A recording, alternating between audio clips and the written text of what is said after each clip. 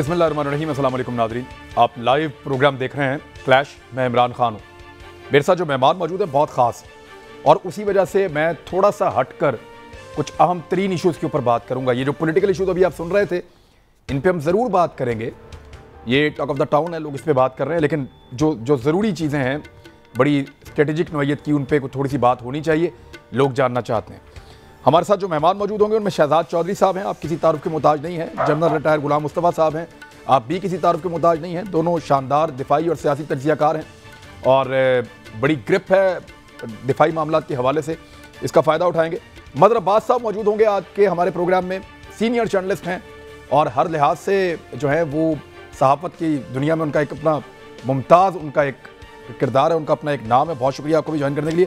میں سب سے پہلے شہزاد چودھری صاحب, بلا توقف, یہ جو اڈوں والا معاملہ ہے کہ امریکہ کو اڈے دے رہا ہے پاکستان, یہ شروع ہوتا ہے اپریل میں, جب امریکن سینٹرل کمانڈ سے وہاں ایک سٹیٹمنٹ جاری ہوتا ہے اور بریفنگ میں یہ کہا جاتا ہے کہ ہم ہمسایہ ملکوں میں کوئی جگہ ڈھونڈ رہے ہیں جہاں سے ہم افغانستان میں اپنے ایریل سٹرائکس جاری رکھ سکیں اور کنٹرول کر سکیں چیزوں کو افغانستان سے باہر رہتے ہوئے.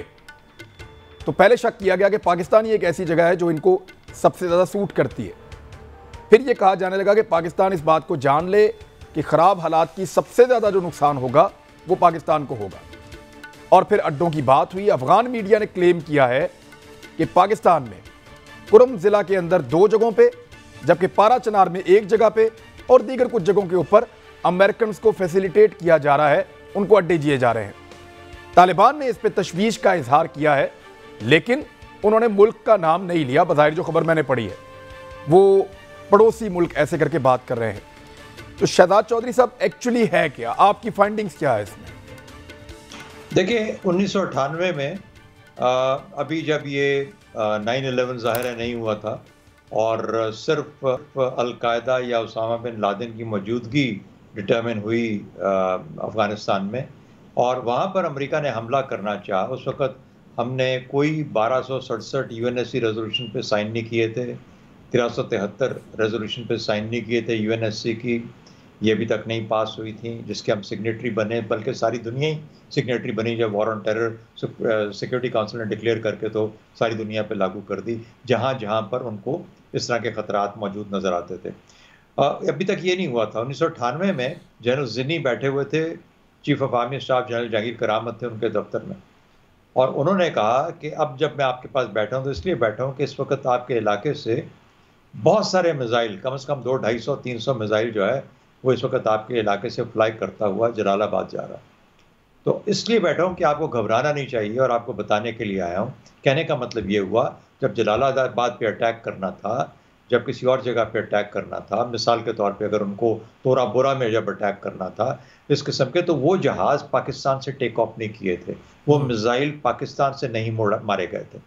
امریکہ کے پاس یہ تمام سہولتیں موجود ہیں اگر وہ افغانستان میں وہاں پر آ کر اپنا کوئی کسی قسم کا ایکشن آپریشن کرنا چاہتا ہے. دوسری بات, اگر افغانستان میں اتنا ہی امریکہ کو شوق ہے وہاں پہ معاملات کا دھیان کرنے کا, تو میرا خیال ہے بہت بڑی بیوقوفی ہے اتنے اپنی انکلنگ کے باوجود کہ افغانستان میں نظر رکھی جائے کہ اس وقت چھوڑ کے جا رہے ہیں. چھوڑ کے جانا تو نہیں چاہیے, رک جانا چاہیے, بجائے اس کے وہ بولیں کہ میں نے جو $1 ارب وہاں پہ خرچ کیے بیٹھ کے افغانستان میں وہ مجھے پسند نہیں ہے, اب میں پاکستان میں بیٹھ کے یہ $1 خرچ کروں گا. یہ دوسری بات ہو گئی. تیسری بات, آج کے دور میں امریکہ نے اپنی نیشنل اسٹریٹجک اسیسمنٹ کے اندر واضح طور پہ بتا دیا اور کہا کہ ہم اپنا جو دھیان جنگ کی کیفیت کا ہے, جو جنگی حالات کے اندر ہے, جو کہ ایک ہائر اسٹیٹ آف پریپیئرڈنس ہوتی ہے, وہ ہم چین کے خلاف ساؤتھ چائنا سی میں لے کے جا رہے ہیں, جس کو ہلری کلنٹن کے زمانے میں پیوٹ ٹو دا ایسٹ کا نام دیا گیا. ٹرمپ نے اس کو ایک اور قدم آگے لے کے گیا, اور اب بائیڈن نے اس کو موقع ملا, اس نے کہا کہ میں فوجیں نکال کے تاکہ میرا دھیان افغانستان جیسی جگہ پہ نہ بٹے بلکہ میں وہاں جاؤں جہاں پر کہ مجھے اس کی ضرورت ہے. یہاں پر انڈیا بھی ایک طرف بٹھا دیا اس کو تھوڑا بہت کہ آپ بھی ذمہ داری ادا کریں, ساتھ اسرائیل کو سینٹ کام میں لے آیا from the northern command, north Atlantic command جو ہے اس کو لا کے اب سینٹ کام کا حصہ بنا کے, اور پھر مڈل ایسٹ میں اس کو اتنا کچھ دے دیا کہ ایک قسم کا جو امریکہ کی غیر موجودگی ہے, ایکٹیو موجودگی, اس کی ایکٹیو موجودگی کی بجائے اب کہیں نہ کہیں پہ اسرائیل کی موجودگی رہے گی. تو یہ اس طریقے سے اس نے بیلنس آؤٹ کیا ہے. مجھے لگتا ہے کہ وہ فوجیں جو کہ اندر جا رہی ہوتی ہیں، جن کو بلڈ اپ کی ضرورت ہوتی ہے، ان کو بیسز چاہیے ہوتے ہیں. انہوں نے انٹرم ان کو بلڈ اپ کرنا ہے، لاجسٹک سپورٹ چاہیے، اور اس کے بعد پھر اس نے آگے الٹیمیٹلی جلال آباد. یہ اب کیا چیزیں ہیں جن کے بارے میں افغان میڈیا رپورٹ کر رہا ہے؟ وہ یہ کہہ رہا ہے کہ کچھ نہ کچھ تو وہاں لوکلز کہہ رہے ہیں کہ ہیلی کاپٹرز آ رہے ہیں جا رہے ہیں. دیکھیے کیا امریکہ کو انخلا میں مدد مل رہی ہے؟ وہ اپنا سامان نکال رہے ہیں ان ایریاز میں رکھ کے لے کر جا رہے ہیں. وہ تو نکالیں گے، وہ تو شکر کریں نکال رہے ہیں. Air lines of communication, ground lines of communication 2001 سے آج تک مکمل طور پر اسی طریقے سے فعال ہیں، ویسے ہی چل رہی ہیں. اسی طرح سے کچھ جگہوں کے اوپر کچھ ناکہ بندی ہے تو یہ اس کا مطلب ہے کہ امریکنز اپنا سامان نکالنے کے لیے فیسیلیٹیٹ ہو رہے ہیں، یہ کوئی فوجی اڈے نہیں ہے. نہیں، دیکھیے انہوں نے تو سارا سامان C-17 میں ڈالتے ہیں اور وہاں سے فلائی کر کے باہر لے جاتے ہیں. تو میرا خیال ہے بہت کم ان کی ڈیپینڈنس پاکستان کے جی لاک کے اوپر، گراؤنڈ لائنز آف کمیونیکیشن کے اوپر. دیکھیے افغانستان کیا بولے گا، انڈیا کیا بولے گا، کوئی اور تیسرا کیا بولے گا، وہ اس کو چھوڑ دیجئے. ایک اور فائنلی بات کر دوں کیونکہ یہ پھر ہماری بحث میں آ جائے گی کہ ان کے ڈپٹی سیکرٹری آف ڈیفنس نے وہاں پر ڈیپوزیشن دیتے ہوئے کانگریس کے اندر 2 سوالات کا جواب دیا. اس سے ایک سوال پوچھا گیا کہ جب آپ اپنی افواج کو نکال رہے ہیں تو آپ نے ایشور کر لیا ہے کہ اس کا ڈیفنس کیا ہوگا؟ انہوں نے کہا جی کہ ہم مکمل طور پر اس کا دفاع کریں گے، اور ان کے کمانڈروں نے بھی یہ بات کی. نمبر 2، ان سے یہ پوچھا گیا کہ اگر وہاں پہ حالات اور خراب ہو گئے تو پھر اس صورت میں آپ کیا کریں گے؟ انہوں نے کہا ہم اپنے دوست پاکستان سے بات کر رہے ہیں، پاکستان کے ساتھ ہمارے تعلقات بڑے اچھے رہے ہیں، ہم وہ تعلقات جاری رکھیں گے اور ہم کوشش کریں گے کہ پاکستان وہاں پر امن لانے کے اندر مدد کرے. اب امن لانے کا مطلب یہ ہے کہ انٹر افغان ڈائلاگ میں مدد کرے، طالبان کو سرسوں کو استعمال کرے یا کس طریقے سے استعمال کرے. تو میرا خیال ہے کہ پاکستان کو بھی اسی حد تک ہی رہ کے ٹھنڈا کر کے پینا چاہیے. ہمیں بہت زیادہ اس چیز کو بڑھاوا دے کے ایسی ہائپ نہیں کریٹ کرنی چاہیے جو کہ ایگزسٹ ہی نہیں کرتی.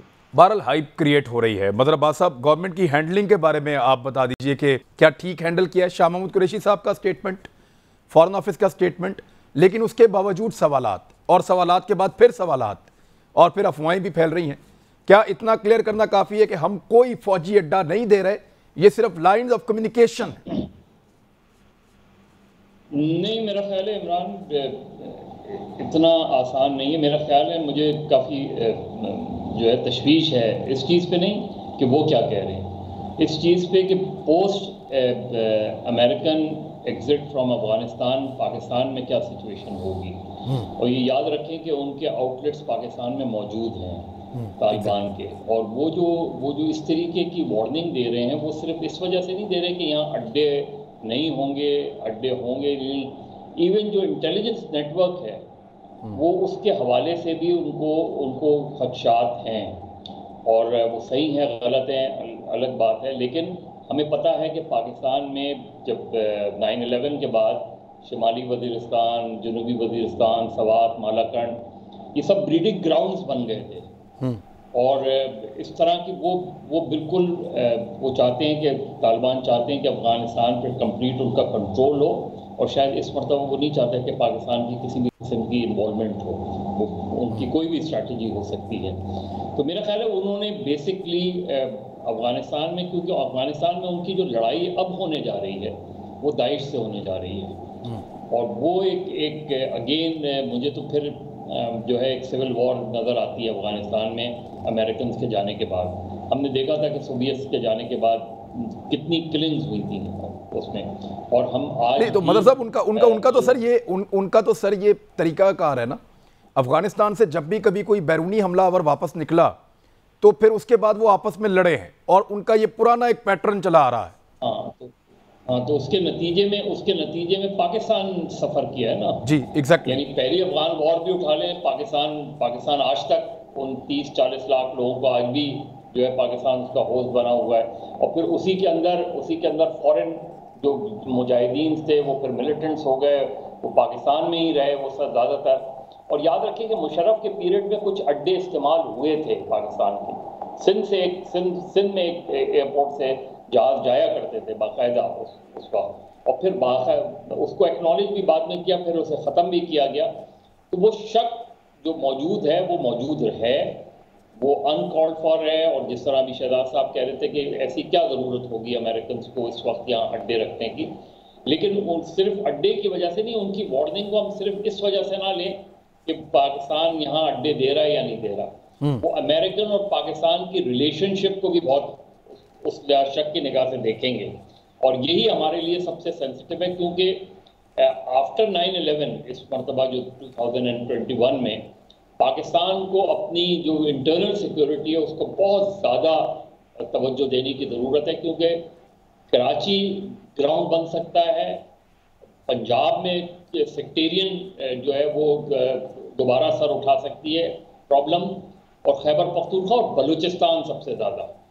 یہ جو سچویشن ہے اس کو پاکستان کو بہت زیادہ جو ہے سینسٹیو معاملات ہیں اور اس کو بہت کیئرفلی ہینڈل کرنا پڑے گا۔ ٹھیک، جنرل غلام مصطفیٰ صاحب، کیا امریکی انخلا کے بعد کی حال کے لیے پاکستان تیار ہے؟ فینس کا رول کیا ہو سکتا ہے؟ فینس ہم نے لگائی ہے، کیا وہ اتنی ایفیکٹو ہے کہ اس کے اوپر پورا انحصار کیا جا سکے؟ ورنہ پاکستان میں مظہر صاحب کہہ رہے ہیں کہ کسی کو کراس دا بارڈر آنے کی ضرورت نہیں ہے، یہاں پاکستان میں ہی بہت کچھ موجود ہے۔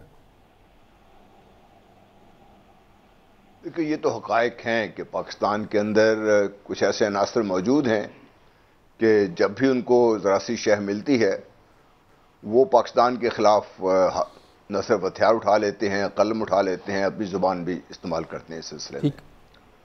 تو یہ تو ایک چیز طے ہے کہ امریکہ جب یہاں سے نکلے گا، اور اگر کبھی نکلا تو وہ اس خطے میں اس شورش کو چھوڑ کے جائے گا، وہ اس خطے کو سیٹل دیکھنا نہیں چاہتا یہ، کیونکہ اگر یہ خطہ سیٹل ہو جائے، اگر آج آپ نے جوائنٹ پریس کانفرنس ہو رہی تھی شاہ محمود قریشی صاحب کی اور UN پریزیڈنٹ کی، تو اس میں ایک انہوں نے بات کی تھی کہ پاکستان اور افغانستان ایک ہیں، یہ جغرافیکلی ایک ریجن ہے، یہ ملک دو ہیں، اور اس ریجن کو اگر یہ سٹیبلائز ہو جاتا ہے تو اس بعد امریکہ کا یہاں پہ اس خطے میں کم از کم جو اثر رسوخ ہے وہ نہ ہونے کے برابر ہو جائے گا۔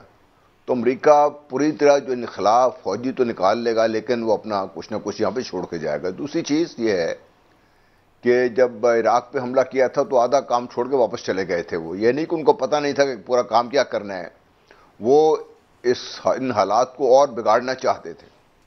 اسی طرح جب سوویت یونین نکلا ہے تو افغانستان سے چلے گئے تھے واپس، وہ ان کو پتہ تھا کہ حالات بگڑیں گے، پاکستان نے کوشش بھی کی تھی بتانے کی، ان کو جلنزیا نے بھی کوشش کی تھی، لیکن وہ نکل گئے تھے یہاں سے۔ جب حالات اچھی طرح ان کی مرضی کے مطابق ہو گئے تو پھر وہ دوبارہ آ گئے تھے یہاں پہ۔ اب دیکھیے، چند ایک چیزیں ہمیں بڑی واضح ہیں پاکستان کے لیے، اور وہ 2001 سے جو آج کے حالات میں ہم نے بہت تبدیلی ہے۔ نمبر ایک، آج کی جو لیڈرشپ ہے، انکلوڈنگ دی پولیٹیکل لیڈرشپ، جس میں عمران خان صاحب نے ہمیشہ لیڈ لی ہے، اور انہوں نے یہ کہا ہے کہ معاملات جنگ سے طے نہیں ہوں گے، معاملات بات چیت سے ہی طے ہو سکتے ہیں۔ اور عمران خان صاحب اور ان کی پارٹی نے، اگر آپ کو یاد ہو تو امریکن جو ground line of communication in کو بلاک بھی کیا رکھا تھا اس کو۔ جو ہماری ملٹری لیڈرشپ ہے، یہ سلالہ کے بعد بھی یہ ہوا تھا، اور جب لانگ مارچ کیا تھا تب بھی ہوا تھا، ڈرونز کے خلاف ہوا تھا، ڈرونز کے خلاف، اور جی بالکل، اور جی بالکل کیا تھا انہوں نے۔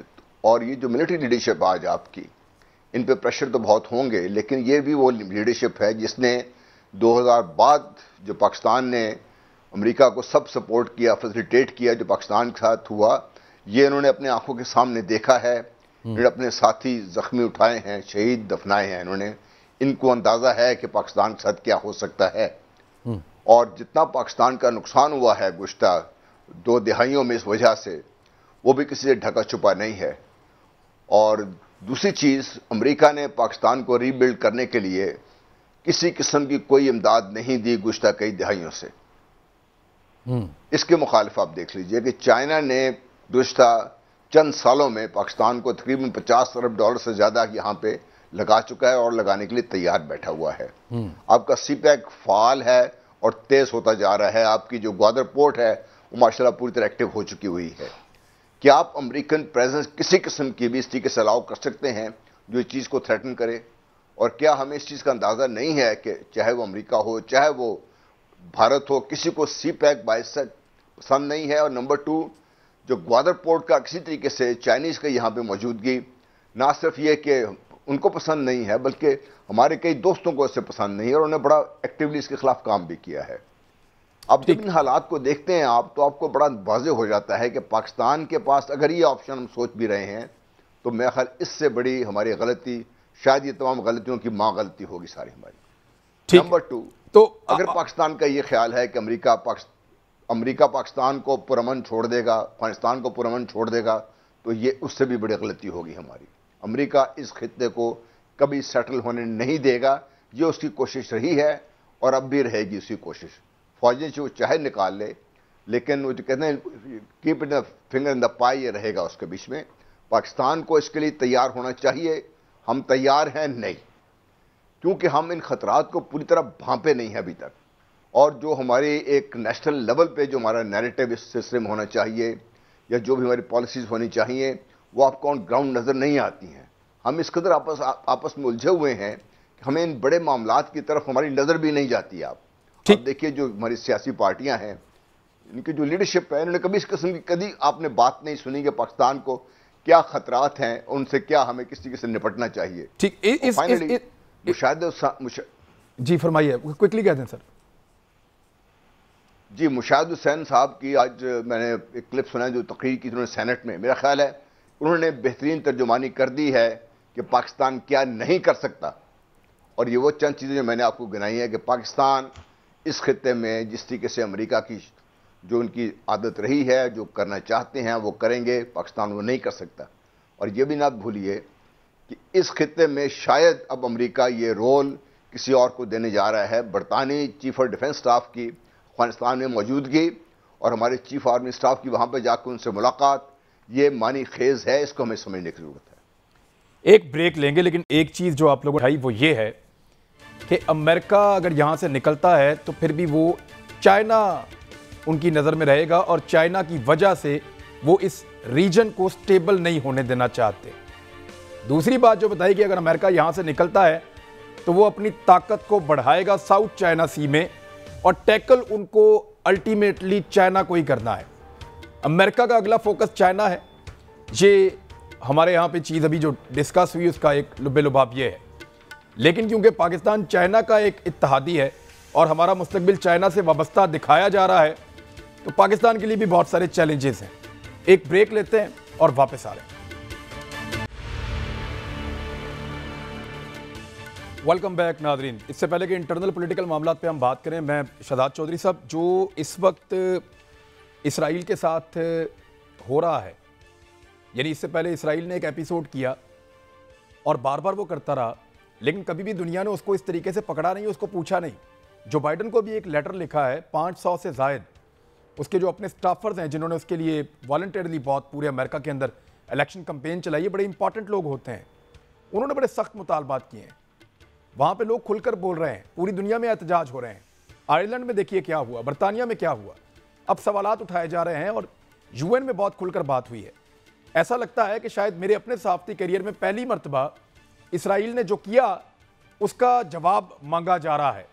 کیا دنیا تبدیل ہو رہی ہے، یا کووڈ کے بعد لوگوں کا سوچنے کا انداز بدلا ہے، یا اب واقعی میں وقت آ گیا ہے کہ یہ چیزیں سیٹل ہو جائیں گی؟ نہیں، میرا خیال ہے کہ جیو اسٹریٹجی جو ہے نا، یہ جذبات سے نہیں کی جاتی. یہ بہت سوچ سمجھ کے فیصلے کیے جاتے ہیں. اور یہی امریکہ ہے جہاں پر کہ اس وقت کانگریس میں آوازیں اٹھ رہی ہیں، ان کے میڈیا میں آوازیں اٹھ رہی ہیں، ان کے باقی سینیٹرز بول رہے ہیں. عوام کے اندر ایک جذبہ ہے اور دنیا بھر میں ہے. لیکن بدقسمتی یہ ہے کہ امریکی گورنمنٹ کی جو پالیسی ہے وہ وہی ہے جو ٹرمپ کی تھی، اور ٹرمپ کی وہی ہے جو اوباما کی تھی.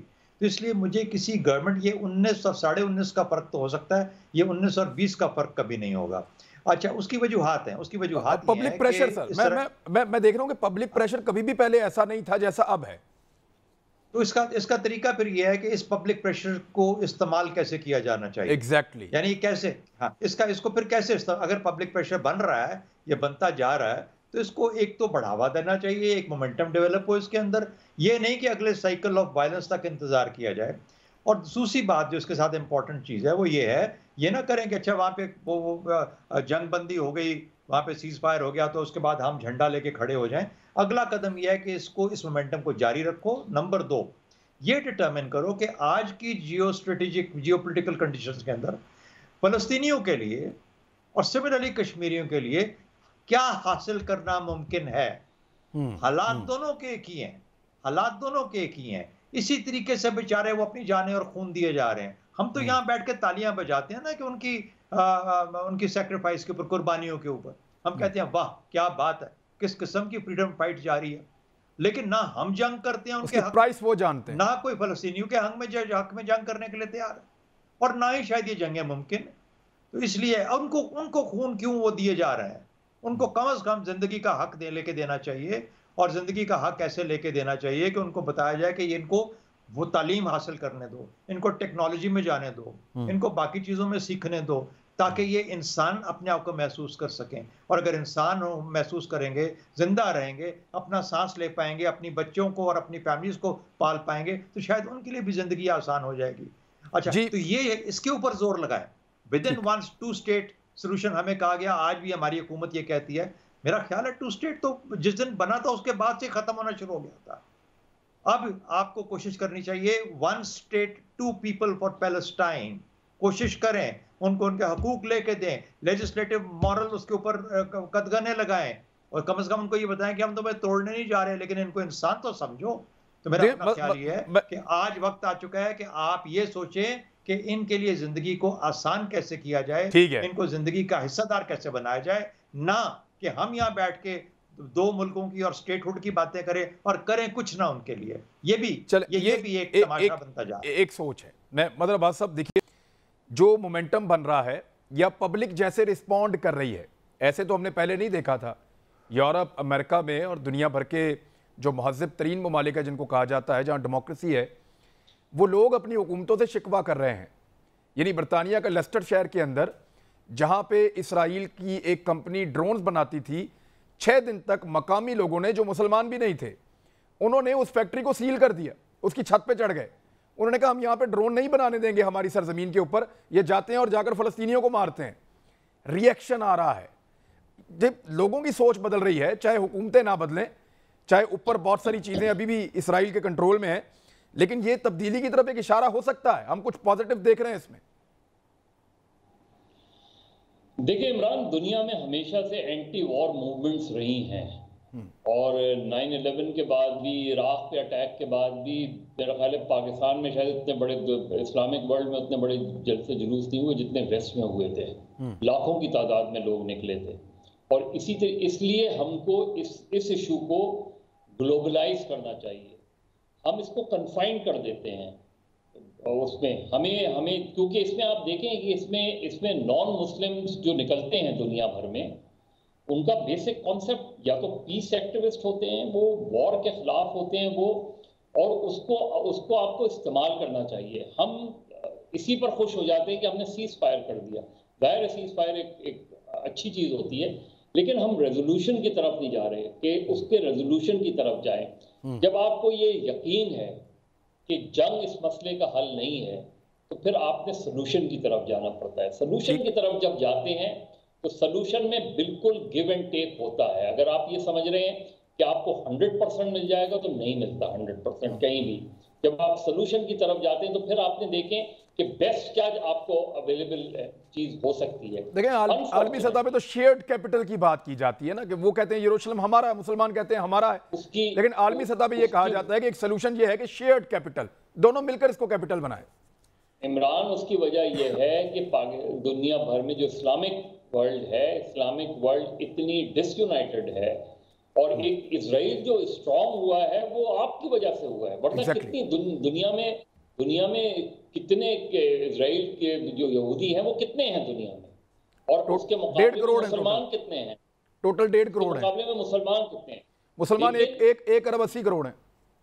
اب آپ سوچیں وہ 1 ارب 80 کروڑ مسلمان جو ہیں وہاں، اس میں ہم آپس میں کتنے لوگوں کو مارتے ہیں اور ہم ان کو کتنا سپورٹ کرتے ہیں۔ سوویت یونین کے ٹوٹنے سے پیلسٹینین کاز کو بہت نقصان ہوا ہے، کیونکہ آپ دیکھیں کہ اس وقت جو عرب ورلڈ ہے، عرب ورلڈ میں کون سی کنٹریز تھیں جو پیلسٹینین کاز کو پریکٹیکلی سپورٹ کرتی تھی؟ سیریا، لیبیا، عراق، لبنان۔ اس وقت ان ممالک کے کیا حال ہے، اور ان ممالک کو تباہ کرنے میں عرب ورلڈ کا کتنا ہاتھ ہے، کتنا سپورٹ کرتے رہے ہیں وہ اس چیز کو۔ تو ہمارے یہاں جو پرابلم رہی ہے پیلسٹینین کاز کی، جو پرابلم رہی ہے وہ ویسٹ نہیں رہی ہے، وہ ہم خود رہے ہیں کہ ہماری یونٹی نہیں رہی۔ ہم نے 70s میں دیکھا تھا کہ ایک لیڈرشپ تھی جس میں شاہ فیصل،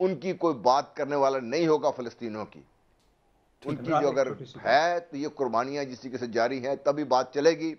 اور ان کے ساتھ دینے کے لیے دیکھیے پاکستان نے بھی بات کی, اردوغان نے بھی بات کی, ایران نے بھی بات کی. اس دفعہ سے چائنا زیادہ ہم نے ابھی تک کچھ کیا نہیں ہے. چائنا اور رشیا بھی اس مرتبہ عمران ان کا رول. جی جی سر. جی چائنا نے سب سے زیادہ کھل کے چائنا نے کنڈم کیا ہے.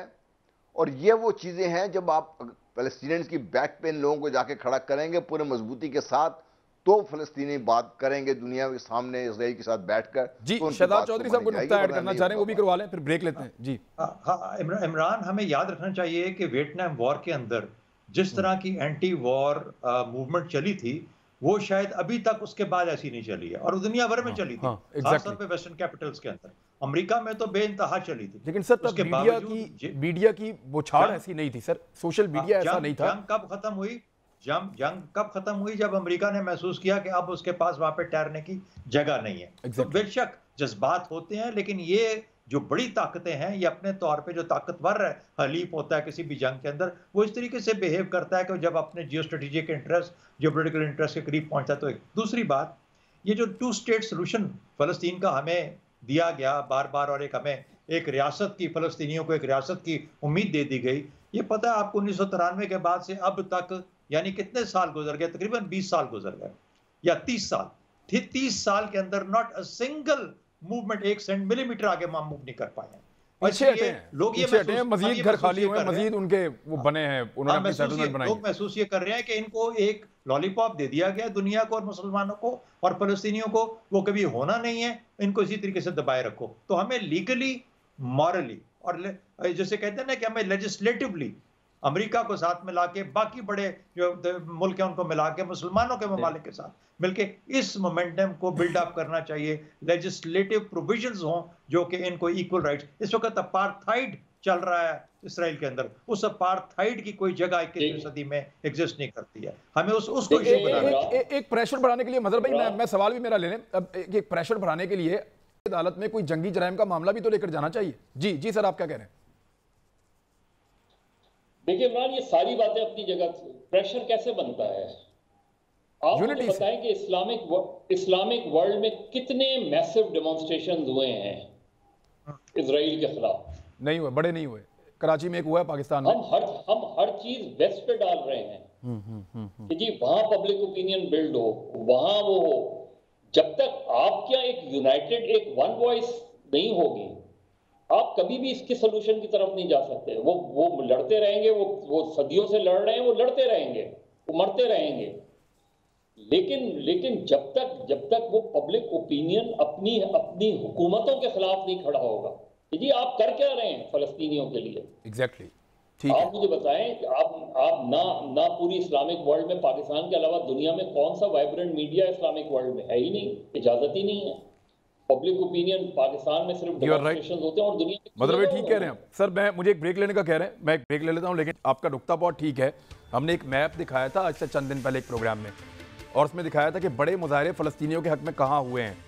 تو اسلامی ممالک میں وہ مظاہرے 20% کے آس پاس تھے, باقی 80% جو ہیں وہ بڑے مظاہرے پورے یورپ میں, امریکہ میں اور مغربی ممالک میں ہو رہے تھے.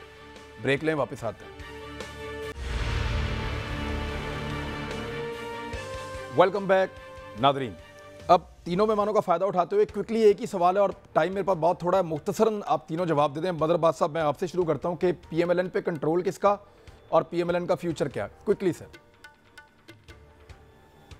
دیکھیے پی ایم ایل این کا فیوچر تو ہے, اس میں تو کوئی شک نہیں ہے. ظاہر ہے ایک بڑی سیاسی جماعت ہے, اس کو کون آگے لیڈ کرے گا وہ ایک الگ سوال ہے. تو لیکن یہ کہ پی ایم ایل این میں کافی پرابلمز جنم لے رہی ہیں, اور اس کا الٹیمیٹ جو نتیجہ نکلے گا وہ جب نواز شریف صاحب اور مریم نواز صاحبہ کی اپیل کے فیصلے ہوں گے, وہ ایک ٹرننگ پوائنٹ ہوگا. اس وقت تک ظاہر ہے میاں صاحب کی گرپ ہے پارٹی میں, اور ان کا ووٹ بینک بھی میاں صاحب کا ہی ہے. شہباز شریف کا انفارچونیٹلی ووٹ بینک اس طریقے سے نہیں ہے شہباز شریف کا جس طرح میاں صاحب کا ہے. لیکن جو مریم نواز صاحبہ اس وقت اور شاہد خاقان عباسی جو اس وقت پالیٹکس کر رہے ہیں وہ پی ایم ایل این کو فائدہ نہیں پہنچا رہے, نقصان پہنچا رہے ہیں, کیونکہ وہ اپوزیشن کے اندر جو کریکس پیدا کر رہے ہیں اور اس کو بڑھا رہے ہیں, اس کا نقصان صرف اور صرف پی ایم ایل این کو ہوگا. اور وہ جو نقصان ہوگا اس کا فال آؤٹ جو ہوگا وہ پنجاب میں پڑے گا، اور P M L N split نہ ہوتے ہوئے بھی اسپلٹ ہو جائے گی۔ چودھری صاحب سر۔ ہاں، میں سمجھتا ہوں کہ پارٹی مریم کی، اور چاہے اس پہ جو مرضی جتنا زور کوئی لگا لے، شہباز شریف صاحب بڑے اچھے آدمی ہیں لیکن بدقسمتی سے گاڑی نکل چکی ہے، اور یہ جو پیریڈ ان کا ایبسنس کا ہے اس کے اندر مریم نے اپنا سکہ خوب جمایا ہے۔ پارٹی بھی ان کی ہو گئی ہے، پارٹی ان کے اندر بلیو کرتی ہے۔ میرا خیال ہے یہ ایک کرنٹ حقیقت ہے۔ اس کا فائدہ کیسا ہوگا؟ فائدہ دیکھیے، میرے خیال میں پہلے تو نقصان ہوگا، کیونکہ بہت سے ایسے لوگ ہیں جو کہ مریم کے سٹائل کو بہت زیادہ شاید پسند نہیں کرتے، یعنی بہت میجورٹی تو کرے گی، ان کے ساتھ چلے گی، لیکن ایک ایسا سگنیفیکنٹ مائنورٹی ہوگی جو کہ شاید اپنے آپ کو مجبور ہو جائے علیحدہ کرنے کے لیے، یا for the moment back set لے لے، اور اس وجہ سے پارٹی آپ کو متحرک تو نظر آئے گی، ایکٹیو بھی نظر آئے گی، لیکن شاید پولیٹیکل بیس پنجاب میں اتنا بڑا نہ ہو، اتنا ہیوج نہ ہو جو کہ آپ کو ابھی تک نظر آیا۔ تو وہ بالکل بات صحیح کی انہوں نے مظہر نے کہ یہ پارٹی کو نقصان ہوگا جنرل صاحب ان دا شارٹ ٹرم۔ دیکھیے، موروثیت کی جو آپ کے سامنے اثرات ہیں وہ سامنے آ رہے ہیں۔ ہر ایک کا ہمارا خیال یہ جنرلی یہ سوچا جاتا ہے کہ جس طریقے سے بے نظیر بھٹو نے آ کے اس پارٹی کو پہلے اپنے کنٹرول میں کیا، پھر لیڈ کیا، شاید اور کوئی ایسے کر سکتا ہے۔ میرا نہیں خیال کہ ہر شخص مریم بے نظیر جیسی ان کے پاس قابلیت ہے، یہ اتنی سمارٹ ہیں وہ۔ تو میں یہ سمجھتا ہوں کہ نون لیگ بحیثیت پارٹی یہ دن بدن بکھرتی جا رہی ہے، ابھی تک ہمیں اتنا کھل کے نظر نہیں آ رہا، لیکن اس کو لیڈ چاہے جو بھی کرتا ہوا آپ کو نظر آئی، یہ پارٹی وہ پارٹی نہیں رہے گی جب تک کہ میاں نواز شریف کی جس طریقے سے اس کے اوپر گرپ تھی، اور وہ گرپ بھی کمزور ہو رہی ہے، اور آہستہ آہستہ پارٹی اندر سے کھوکھلی بھی ہوتی جا رہی ہے۔ جی بہت شکریہ آپ تینوں حضرات کا، لیکن ایک چیز جو ہے آ رہی ہے کہ پی ایم ایل این کا ایک دھڑا اسٹیبلشمنٹ پہ دباؤ بڑھانے کا اور دباؤ ڈالنے کا کام کر رہا ہے جو مریم نوادن کمپنی ہے، دوسرا اس کے بدلے میں، اس دباؤ کو کم کرنے کے بدلے میں کچھ گین کرنے کی کوشش کر رہا ہے جو شہباز شریف اینڈ کمپنی ہے۔ لیکن ان دونوں دھڑوں کے اندر کس نوعیت کا اندرونی کوئی گٹھ جوڑ ہے یا کوئی ایک دوسرے کو اعتماد میں لیا ہوا ہے، اس پہ ڈیپینڈ کرتا ہے ان کی کامیابی یا ناکامی۔ مجھے ایسا لگ رہا تھا۔ ویسے اب تک کے لیے اتنا ہی، اپنا خیال کریے گا، اللہ حافظ۔